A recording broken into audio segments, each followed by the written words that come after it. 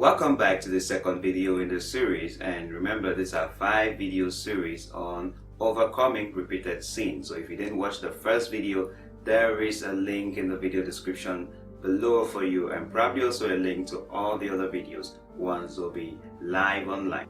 So in this video we're looking at why is repeated sin such a powerful weapon used by the enemy. To understand this, I must tell you the biggest lie. Do you know what is the biggest lie?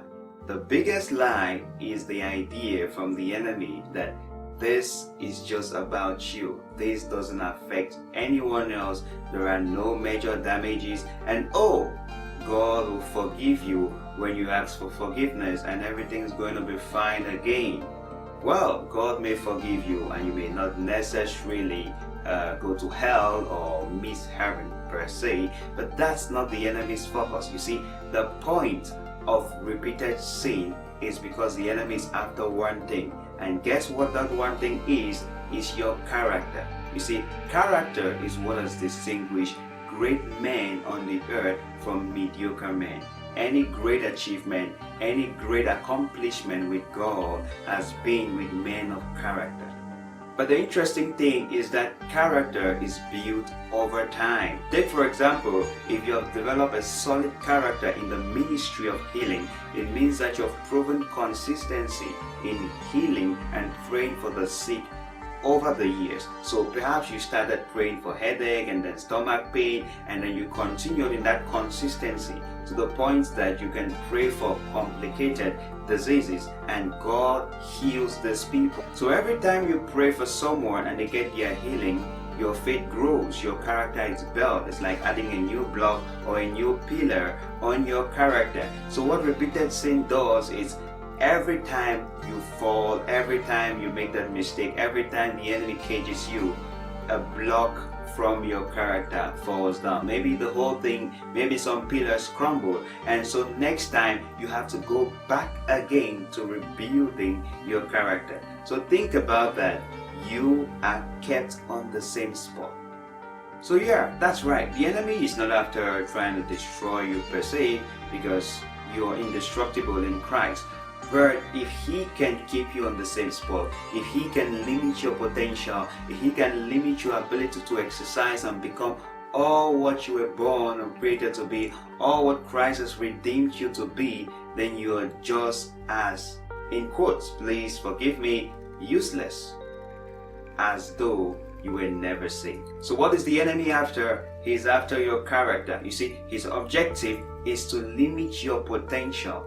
Limit your potential to hear God, because every time you go and you mess up and then you come back, even though God forgives you, your relationship has been set apart a little because of that sin. Remember, you know in scripture that righteousness, holiness and sin have nothing in common. So you can't be doing back and forth. It's like you do 2 steps forward and then you do 3 steps, or 2 steps backward. So you're kind of on the same spot. So he's limiting your potential to hear God. He's out to limit your potential to see dreams and visions and revelations for your life per time. The enemy is out to limit your potential on the prayer altar. Think about it. Think about it.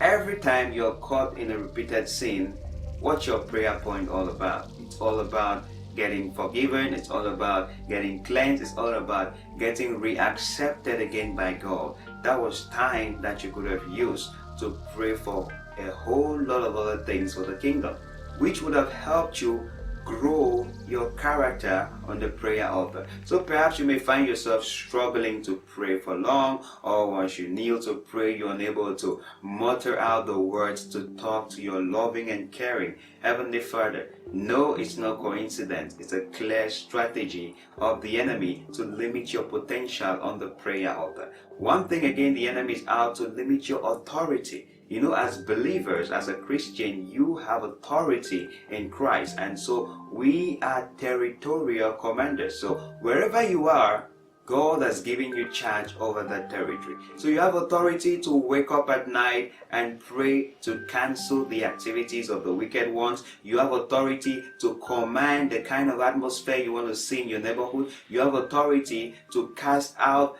forces and atmospheres of immorality or crime wave in your city, in your neighborhood, in your vicinity, because you have authority in Christ. But one thing the enemy knows is that authority is not good for him. He may not be able to take it out from you, but he can limit it so much so that it's as though you never had that authority at all.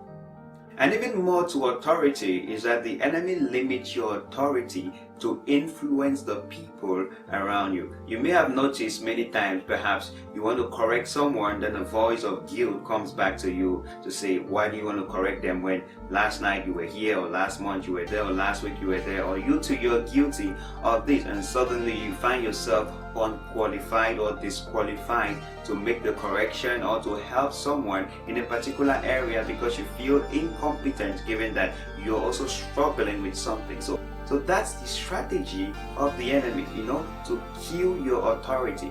Things which you should have spoken out against boldly with authority in order to save a soul, you're suddenly finding yourself unable to speak boldly because he's holding something against you. Remember, Jesus said that the prince of this world comes and he has nothing against me. So your authority as a believer on earth is when the enemy has nothing against you to limit your influence. And in our last video, we saw the scripture that this same affliction is wrought in the many believers out there. So the temptation, of course, is wide rampant out there. But we are not bound to fall to this temptation. But perhaps this may explain why you may see that some certain messages are no longer being preached from our authors. How often do we hear messages about holiness or about purity or about integrity? Because somehow people have gradually lost their authority to speak boldly about these things because the enemy is using one or two other things similar to that to hold them on addictions, to hold them on repeated sin, to hold them on bad habits. And that is how serious this issue is. And in our last video, we saw the scripture that this same affliction is wrought in the many believers out there. So the temptation, of course, is wide rampant out there. But we are not bound to fall to this temptation. But perhaps this may explain why you may see that some certain messages are no longer being preached from our authors. How often do we hear messages about holiness or about purity or about integrity? Because somehow people have gradually lost their authority to speak boldly about these things because the enemy is using one or two other things similar to that to hold them on addictions, to hold them on repeated sin, to hold them on bad habits. And that is how serious this issue is.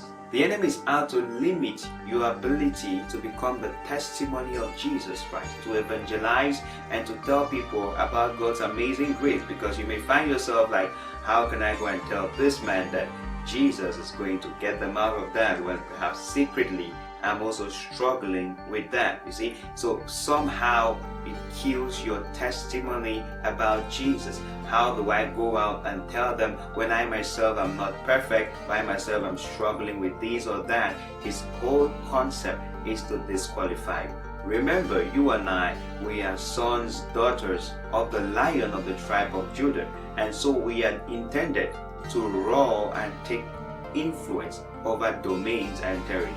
And so if the enemy can get your roar to be silenced out, then you're no different from what is not a lion. You may be the lion, but without the influence, without the authority, without the manifestation, he has nothing to worry about. So bear this in mind the next time the temptation comes. You're not weighing whether God will forgive you or not. You're not weighing whether this is pleasurable or not pleasurable. What you're actually weighing is your character. Because once he gets you out, you have to start all over again. And if he continues that way, you kind of stay on the same spot for long. And that's definitely not good. So I'd like to leave you with this scripture. Romans 8 verse 19 says, "For the endless expectation of the creature waited for the manifestation of the sons of God."